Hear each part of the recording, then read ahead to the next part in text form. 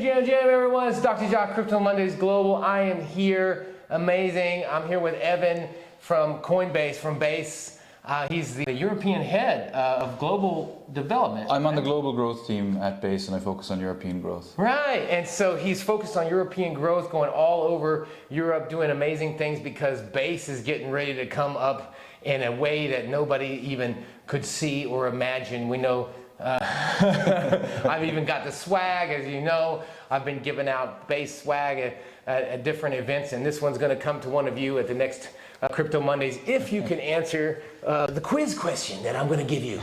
The last one that I gave at Crypto Mondays New York City with John D'Agostino. Shout out to Coinbase New York City and all the people out there. That was an amazing interview with Sam Gayer, who is a top investment guy from Wall Street. So if you check out Crypto Mondays Wall Street, please do.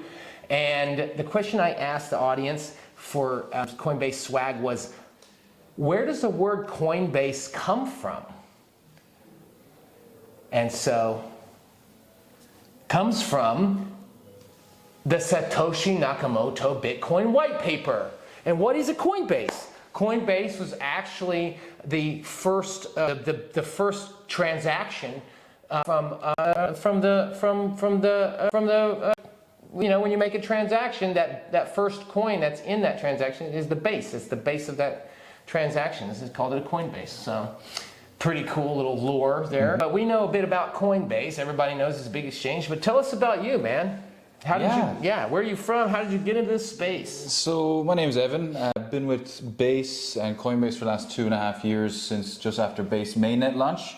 So as you can imagine, it was a really big thing at the time. Coinbase was investing in a new chain built on top of Ethereum, layer 2, and ultimately was created to increase innovation, creativity, and freedom all around the world. And we're here in Budapest today. Randomly met Josh to show up to the workshop, looking all jolly. And we said, how are we doing? And now we're here interviewing. So really glad to be here. I think it's a testament to what you guys are doing at Crypto Mondays, what we're trying to do at Base. It's a global ecosystem. It's a global network. And we're all trying to build things together. And it's amazing that we can actually do this and meet randomly in Budapest, one of the most beautiful cities in Europe. Oh, by the way, if you haven't been, definitely come. Definitely come. And so Budapest, it's amazing. Oh, absolutely. So Budapest, Hungary, this is a place where we've wanted to have regular meetups for Crypto Mondays for a long time. So if you're in Budapest or in Hungary and you want to get involved as a volunteer or something like that, reach out to us at cryptomondays.io, partners/partnerships, or get involved here. We're going to have a Telegram group, and there's some really cool people. I met Raz earlier. But we know that Budapest is also big because it was the first place to actually validate Satoshi Nakamoto with a Satoshi Nakamoto statue. And as you guys know, we did Crypto Mondays 20 at the Satoshi Nakamoto statue here like that. And we know Coinbase also comes from a Bitcoin. But people are developing now on Base, which is an Ethereum L2.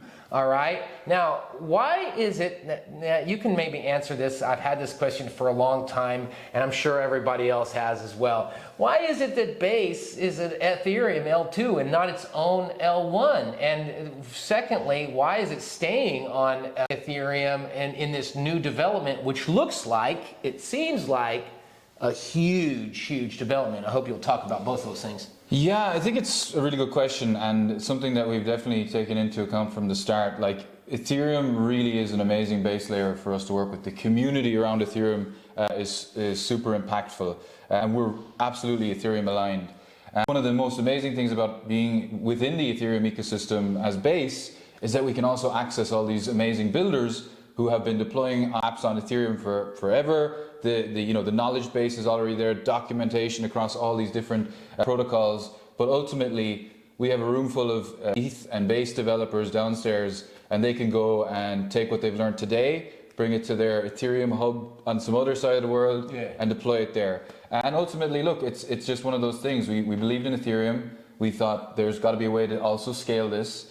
So Base, and now we're at sub-second transaction times and sub-cent fees for doing all transactions on Base. So yeah, I think it speaks for itself. Ultimately aligned with Ethereum, and we have that advantage of working with Coinbase day in and day out. Yeah, amazing, man, amazing. And one of the things that, and it's true, what he's saying is the truth. We're in this little room right here, but downstairs it's fully packed full of guys making mini apps. and they're building these mini apps directly on Base. And some of them don't even have like coding experience, all right? Or some of them have tried to code, but they suck, like me. And that's why I'm doing interviews instead. But so tell us more about this mini app kit and about this content creation tool. It's like Farcaster, but not Farcaster. Go into that a little bit, man. Yeah, so one thing we firmly believe in is that, you know, social is the way to distribute these amazing things that people build.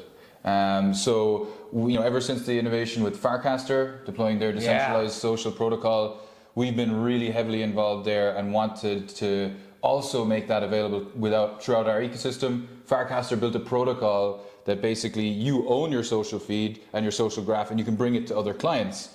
So ultimately, as Base expanded, we've now deployed the Base app. It's still in beta mode, but we'll be launching soon to the public. And we now have that Farcaster client available via the Base app. What we also believe then on the social side is you want to be able to access experiences seamlessly. So abstracting a lot of the traditional or the old style legacy Connect wallet buttons and making it super easy to just connect with passkeys. So using Face ID on your device so that you can get right into an experience and play or trade or whatever that might be. And that's all now accessible through the Base feed. So as you guys or whoever is looking at it soon, go in there. You can check out an app, play it within the app itself, or play the mini app within the Base app. And you can reshare that back to your feed and hopefully more people getting involved. So there's a really huge opportunity for virality. Yeah. And the other part of that then, so that's the app side. So amazing apps that bring more people on chain. Big goal for us is 1 million builders on chain, 1 billion users on chain. So you need that infrastructure there, a million people building apps, which will drive 1 million users on chain.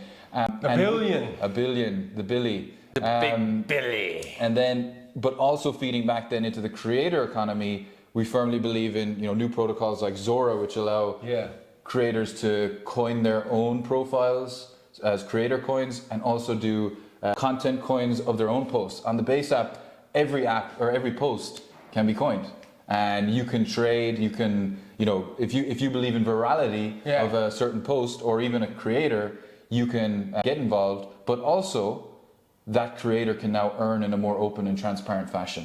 And that's the real unlock there. So you've got a vibrant app ecosystem, a vibrant creator ecosystem, all playing into this billion user onboarding. And I'll tell you, in the next couple of months, a lot of people won't even know they're doing things on chain. It's going to be that fast. That's good. That's good. Well, everybody's been talking about, who's going to onboard the masses, how's it going to come. I have my own answers about this. Coinbase seems to have its idea, and I wrote the European CEO, to congratulate him on his promotion. I forget his name though, and said, I know what your play is. Your play is the everything app. But that's what's obvious. They're going to come out with a big, they're going to say something, some kind of reveal on the 18th or the 17th, is it? 17th, and some reveal. And I think I'm putting money on it. I'm not putting money on it, okay? But I'm betting on it. Not financial advice. Not financial advice. They had to say that 50 times in the other interviews. That it's the everything app kind of thing. That's not going to be something that I wouldn't know. But if you want to, you can let us know, give us a hint and say, hey, it's going to be not that, Josh, or, you might be on the right track. All will be revealed on December 17th. I knew you were going to say that, man. Got to get this anticipation. Yeah. Well, let me just jump in for the last bit about the creator economy, because I find this super, super important, okay? AI is taking over a lot of creator stuff. I got a friend that has a song called Fuck AI. All right, and because it's just, he writes songs for Justin Bieber, Selena Gomez. Shout out to Davey Harris if anybody wants to find out his music. And then, there's a lot of people with not just AI, with social, with Meta taking all the data, right, and using it, farming it, and then selling it. And so it seems like what the Coinbase's play as far as the social creator economy is to put the power back in the hands of the users and then enable the content creators to be able to actually fund their own content creation journeys. Is that kind of what the goal is here? or is it something broader, you know? Yeah, look, watch what happened with Jesse's Creator Coin launch just over a week ago. Jesse Pollock. Jesse Pollock, Yeah. the founder of Base. Right. And it was a huge opportunity to test as well how this really works at scale. So right now we have a lot of creators who are bridging over now, are like, actually, this is another surface that I can earn on. So Jesse also launched his token, and in that week alone, he generated over 300K in creator rewards. Wow. So those are just rewards based off the fees and also the interest in his posts as well as his creator coin. And he's on, just so everyone's aware, he's looping that back into the ecosystem. He's not taking those profits. But Community guy. Exactly. Community first, just like Crypto Mondays. Jesse Pollock, good exactly. man. Okay. And ultimately, that's something we want all creators to do. Yeah. You know, like the aha moment for someone using the Base app is they come, they post something, someone buys their post, they're instantly getting some amount of reward. So that's the amazing thing about actually integrating these creator content coins and trading. So it's not just for crypto people, it's for a lot of creators that can have a new channel for revenue, just like NFTs were kind of a new channel for revenue for this, but it's much simpler, much more like user friendly, and then immediate and instant. Is that what, Yeah, and look, and it's a way of not only the creators earning, but is that it is essential for the creator to be able to give back to the community as well. So they're having coins, they also can reshuffle their rewards into the ecosystem, whatever that might be, they can explore that. So it's a two-way economy. Cool. And then the last thing is, did you know that you mentioned Jesse Pollock, and of course everybody knows the Brian Armstrong, who's been a fan of Crypto Mondays from Coinbase. Did you know that they both have the same hair color? Gold! Because gold shoots out of their head, guys. All right, thank you very much, Evan, man. Kudos to you guys.